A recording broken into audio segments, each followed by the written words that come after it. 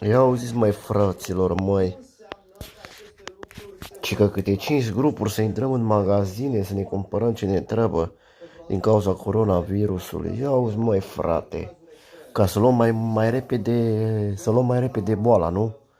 Nu sănătoși la cap, iau să intrăm în grup, să ne luăm provizii și ne atenționează că sunt numai magazinele mai mici rămân și farmaciile vor rămâne de luni deschise. Supermarketurile s-ar putea să le închidă. Toate astea se anulează, concerte, cinemaurile se vor închide, baruri, locaruri, tot ce aparține, restaurante, tot, deci tot, se vor închide. Chiar acum mă uitam la știri și chiar aia spune că se vor închide. Păi atunci ce naiba facem? Stăm în casă mai rog ca la pușcărie, fraților, sincer. Pe bune că nici la pușcărie nu ai condițiile care le ai aici, frate. Doar că stai și la pușcărie, Mara, mai televizor cât de cât și tot mai ieși afară, în curte, te mai plimbi. Dar aici te obligă să stai în casă, frate, închis. Ce să mai zicem? Păi, nu știu, nu știu ce se va întâmpla până la urmă, fraților, dar ceva se va alege. N-au zis că școlile se vor prelungi, nu se știe cât 100%, dar se vor prelungi, fraților.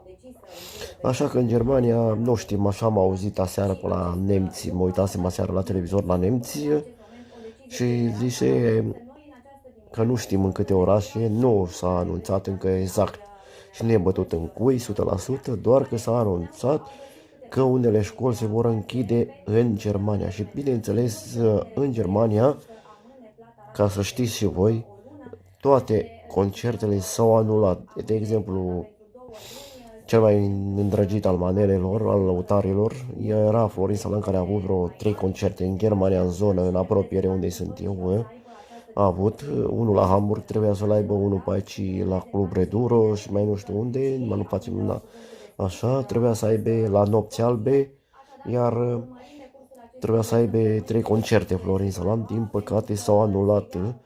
Până și fotbalul s-a anulat la nemți, a anulate toate meciurile. Eu nu înțeleg în România de ce se mai joacă fotbal sau nu înțeleg de ce, fraților, chiar asta nu înțeleg. Chiar nu înțeleg, eu nu mai înțeleg pe ăștia de ce mai dă voie. Eu văd pe unii, pe alții, pe live-uri, că intră de la vamă, că se circulă, că nu se circulă. Unii spune că da, unii spune că nu, nici nu știi după cine, frate, să te mai iei.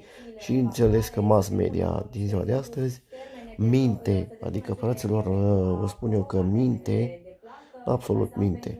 Nu e adevărat că se închide granițele toate. S-au anunțat care vame sunt închise. Cea de la Arad am înțeles că e deschisă încă deocamdată, dar văd că lumea tot întreabă care vame sunt închise.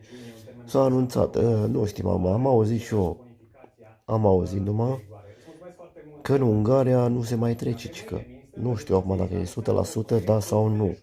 Dar sperăm să fie totul în regulă, să mai poată circula oamenii care vor să plece acasă.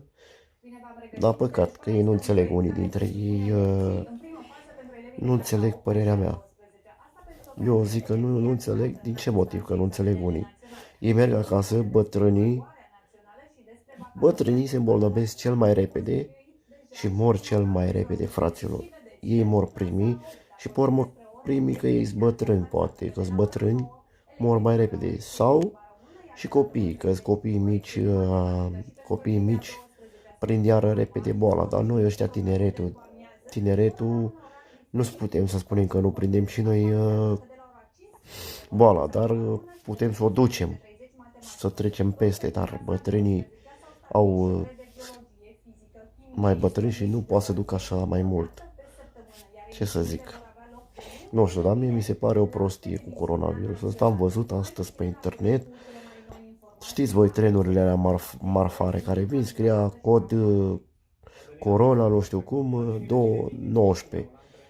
De exemplu, la Frankfurt, astăzi mă uitasem pe internet, la Frankfurt, ce legătură are cu coronavirus să aducă ei tancuri cu trenul la Frankfurt, în Germania. Nu înțeleg asta. Ce legătură are una cu alta, fraților? Eu asta nu înțeleg. Pe bune, mie unul nu mi se pare normal să aduci tancuri pentru ce? Că nu-i război, nu-i nimic, doar că e o boală, atât. Și ei spune că noi aducem gripa pe când ei o cară cu trenul. Am văzut. Eu am văzut cu ochii mei. Dar păcat că nu știu unde e. N-am dat și o distribuire mai departe pe Facebook să vedeți și voi marfarul, de exemplu, cu coronavirus 19. Să vedeți cum ei spune că noi aducem, dar de fapt ei îl aduc cu trenul în țări. Sperăm să fie așa bine, să nu se închidă în Germania absolut nimic. Sperăm să fie totul ok. Pentru că noi cei care suntem în Germania, eu de exemplu și familia mea și restul oamenilor, prieteni apropiați, să nu ne afecteze munca, să nu ne afecteze cei care avem copii la școală aici, să nu ne afecteze, că e păcat.